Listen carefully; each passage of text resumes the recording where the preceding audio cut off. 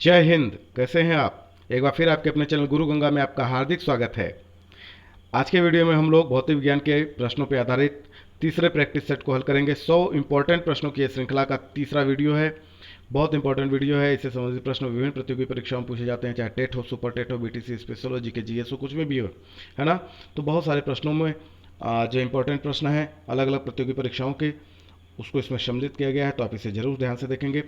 इससे पहले कि वीडियो शुरू करने जिन लोगों ने चैनल को सब्सक्राइब नहीं किया है, चैनल को सब्सक्राइब करके बेल आइकन को प्रेस कर दें, ताकि प्रत्येक इंपॉर्टेंट वीडियो की नोटिफिकेशन आपको समय से मिलती रहे। और जिन्होंने हमारी पिछली वीडियो अभी तक नहीं देखी है, पिछला प्रैक्टिस सेट हल नहीं किया है, वे भी इस वीडियो का डिस्क्रिप्शन बॉक्स में दिए जा रहे लिंक पर क्लिक करके पिछली वीडियोज देख सकते हैं। तो आइए शुरू करते हैं प्रैक्टिस सेट तीसरा। तो चलिए, पिछली वीडियो में, 2 वीडियो में हम लोग 50 प्रश्नों को हल कर चुके हैं। उसके आगे शुरू करते हैं। किस माध्यम में प्रकाश की चाल सर्वाधिक होती है, वो आपको बताना है। ए निर्वात में, बी वायु में, सी शीशा में, डी उपरोक्त में से कोई नहीं। तो क्या ऑप्शन सही है वो आपको बताना है, बताइए। जी हाँ, ए सही है। निर्वात में माध्यम प्रकाश की चाल सबसे ज़्यादा होती है ना। बी, ये कई बार पूछा जा चुका है, इसे ध्यान से देखेंगे आप। निर्वात में प्रकाश की चाल होती है, कितनी होती है वो आपको बताना है। यह भी कई बार आ चुका है, तो ये बहुत इंपॉर्टेंट प्रश्न है, आप इसको ध्यान से देख लें। ए कहता है 3 गुणे 10 की पावर 8 मीटर प्रति सेकेंड होती है। बी कहता है 3 गुणे 10 की घाते 5 मीटर प्रति सेकेंड। सी कहता है 3 लाख किलोमीटर प्रति सेकेंड। और डी कहता है उपरोक्त सभी। तो सही ऑप्शन क्या है वो बताइए। 1-2 सेकेंड का आपको समय दे रहे हैं, ताकि आप सही उत्तर का अनुमान लगा सकें, सही उत्तर का चयन कर सकें, है ना। तो 52वां का सही क्या है? तो 52वां का क्या सही है? यहां तो उपरोक्त सभी लिखा हुआ है, पर उपरोक्त सभी सही नहीं हो सकता, है ना। उपरोक्त सभी सही नहीं हो सकता, इसका उत्तर तो आपको ही देना है ना। तो इसका उत्तर आप कमेंट बॉक्स में जरूर देंगे। आगे चलें, क्योंकि कई बार पूछा जा चुका है, बहुत साधारण प्रश्न है, तो इसको आप बताएंगे क्या सही होगा।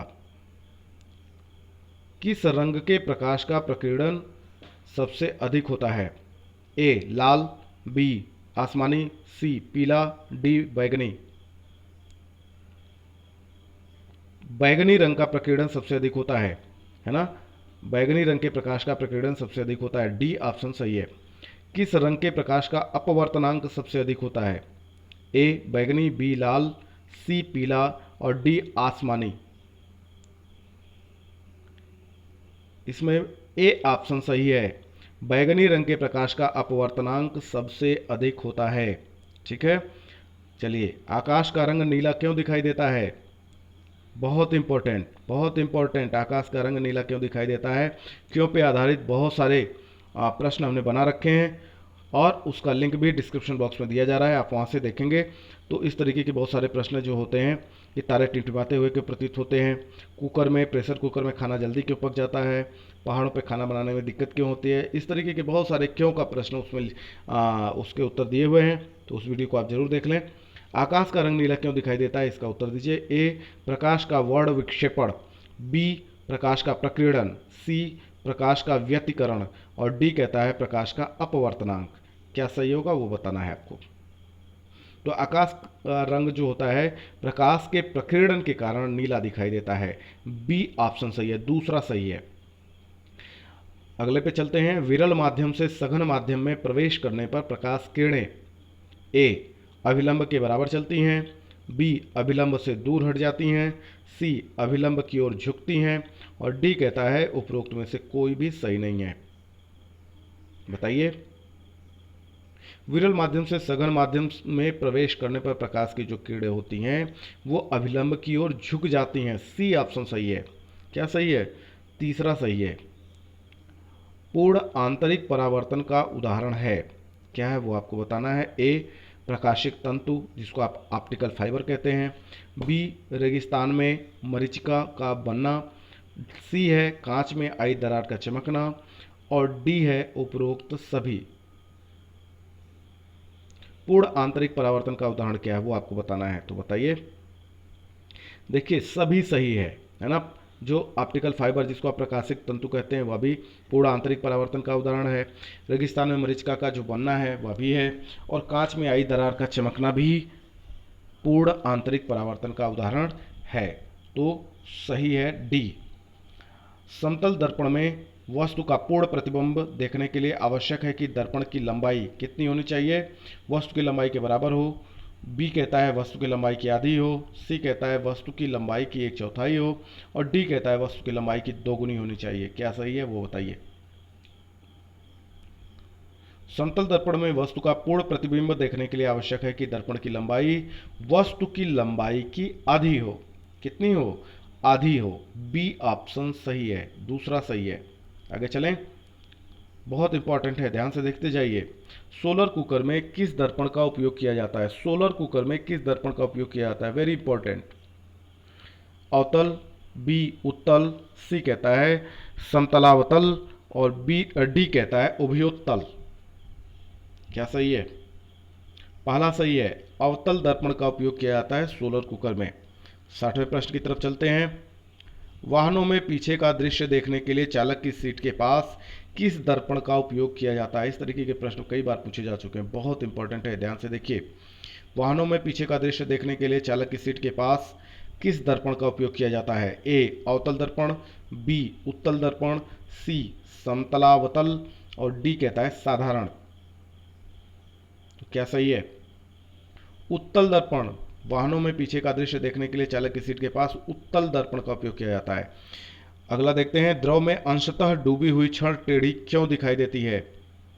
ए प्रकाश के अपवर्तन के कारण, बी प्रकाश के परावर्तन के कारण, सी प्रकाश के प्रकीर्णन के कारण, डी प्रकाश के पूर्ण आंतरिक परावर्तन के कारण। क्या सही होगा? उत्तर दीजिए। ध्रुव में अंशतः डूबी हुई छड़ टेढ़ी इसलिए दिखाई देती है, किसलिए? प्रकाश के अपवर्तन के कारण। ए ऑप्शन सही है। आगे चलते हैं। सूर्य से प्राप्त रंगों में किस रंग का विक्षेपण सर्वाधिक होता है? सूर्य से प्राप्त रंगों में किस रंग का विक्षेपण सर्वाधिक होता है बताइए। लाल, बी कहता है नारंगी, सी कहता है पीला, डी कहता है बैगनी। तो बैगनी सही है, डी ऑप्शन सही है। सूर्य से प्राप्त रंगों में बैगनी रंग का विक्षेपण सर्वाधिक होता है ना। प्राथमिक रंग किसे कहा जाता है? ए लाल, बी नीला, सी हरा और डी कहता है इन तीनों को। प्राथमिक रंग किसे कहा जाता है? इन तीनों को कहा जाता है, लाल हरा नीला तीनों को कहा जाता है। ठीक है, आगे चलते हैं। मनुष्य की आंखों में किसी वस्तु का प्रतिबिंब निम्न में से किस भाग पर बनता है? वो आपको बताना है। कहाँ बनता है? कार्निया पर, प्यूपिल, रेटिना, उपरोक्त में से कोई नहीं। क्या सही है वो आपको बताना है। रेटिना है ना, मनुष्य की आंखों में किसी वस्तु का प्रतिबिंब रेटिना पर बनता है। सी ऑप्शन सही है। अगला चलते हैं। अबिंदुकता दूर करने के लिए किस लेंस का उपयोग किया जाता है? ए उत्तल, बी अवतल, सी समतल, डी बेलनाकार। बेलनाकार, डी ऑप्शन सही है। बेलनाकार लेंस का प्रयोग किया जाता है अबिंदुकता दूर करने के लिए। 66वां देखते हैं। दूरदृष्टि दोष है ना, हाइपरमेट्रोपिया दूर करने के लिए किस लेंस का उपयोग किया जाता है? दूरदृष्टि दोष है ना। तो ए उत्तल, बी अवतल, सी समतल और डी बाइफोकल। क्या सही है? उत्तल लेंस का प्रयोग किया जाता है ना, दूरदृष्टि दोष दूर करने के लिए उत्तल लेंस का प्रयोग किया जाता है। सामान्य आंख के लिए स्पष्ट दृष्टि की न्यूनतम दूरी कितनी होती है? सामान्य आंख के लिए स्पष्ट दृष्टि की न्यूनतम दूरी कितनी होती है बताना है आपको। ए 10 सेंटीमीटर, बी 15 सेंटीमीटर, सी 20 सेंटीमीटर और डी 25 सेंटीमीटर। ये प्रश्न पूछा जा चुका है, टीटी का प्रश्न पूछा ये है, कई बार पूछा जा चुका है। उसके अलावा भी अन्य प्रतियोगी परीक्षाओं में भी ऐसे प्रश्न पूछे जा चुके हैं। तो आप उत्तर बताएं। 25 सेंटीमीटर, डी ऑप्शन सही है। आगे चलिए। अंतरिक्ष यात्री को आकाश का रंग कैसा दिखाई देता है? अंतरिक्ष यात्री को आकाश का रंग कैसा दिखाई देता है? वेरी इंपॉर्टेंट प्रश्न है भाई। ए नीला, बी हरा, सी उजला, डी काला। कैसा दिखाई देता है? काला दिखाई देता है। डी ऑप्शन सही है, अंतरिक्ष यात्री को आकाश का रंग काला दिखाई देता है ना। आगे चलते हैं। जब लाल फूल को हरे रंग के कांच के टुकड़े से देखा जाता है तो वह प्रतीत होता है, कैसा प्रतीत होता है? ए लाल प्रतीत होता है, बी काला प्रतीत होता है, सी हरा और डी पीला। क्या सही है? जब लाल फूल को हरे रंग के कांच से आप देखते हैं तो वो काला प्रतीत होता है, कैसा? बी काला प्रतीत होता है ना। बी ऑप्शन सही है, दूसरा सही है। 70 पे देखते हैं, 17वां प्रश्न क्या कहता है? प्रतिरोध का मात्रक होता है। प्रतिरोध का मात्रक क्या होता है वो आपको बताना है।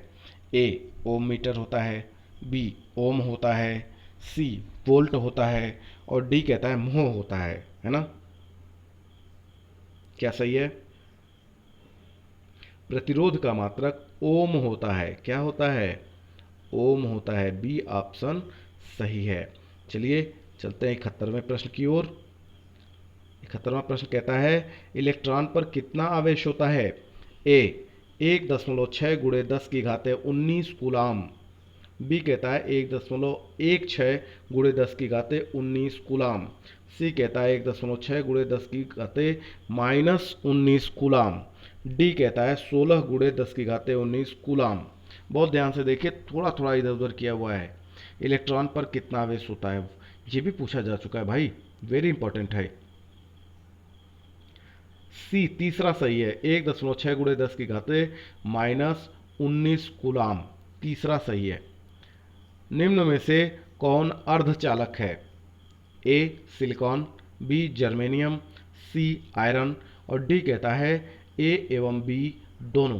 तो कौन अर्धचालक है वो आपको बताना है, बताइए। तो सिलिकॉन भी है और जर्मेनियम भी है ना। तो ए और बी दोनों है, इसका मतलब डी ऑप्शन सही है। 72 के लिए डी ऑप्शन अंतिम ऑप्शन सही है। 73वें में देख लेते हैं। शुष्क सेल में एनोड काम करता है ना। शुष्क सेल में एनोड का काम कौन करता है वो बताना है। एनोड का काम करता है, क्या करता है? ए जस्ते का बर्तन, बी कार्बन की छड़ और कार्बन की छड़ के बाद है सी नौसादर, डी कहता है मैग्नीज डाई ऑक्साइड। तो आप बताइए, शुष्क सेल में एनोड का काम करता है, इन चारों में से कौन सा करता है वो बताना है आपको। तो एनोड का काम कार्बन की छड़ करती है, बी ऑप्शन सही है, दूसरा सही है। आगे चलें।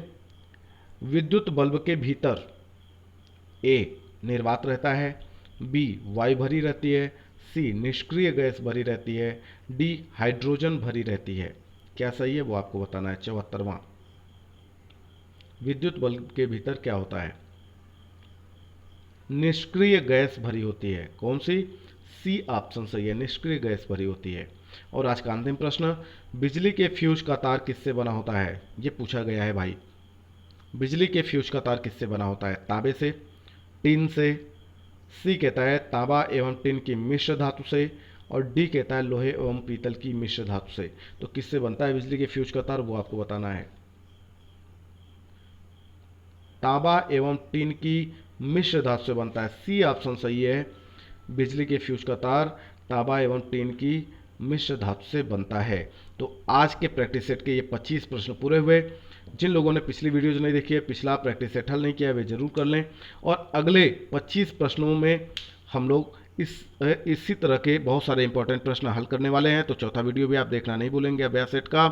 और यदि वीडियो आपको पसंद आ रहा है तो आप इसे लाइक जरूर करें, अपने मित्रों में शेयर जरूर करें और चैनल पर नए हैं तो चैनल को सब्सक्राइब कर लें, बेल आइकन को प्रेस कर दें। और फिर मिलते हैं अगले इंपॉर्टेंट वीडियो में, तब तक के लिए आप सभी लोगों को जय हिंद।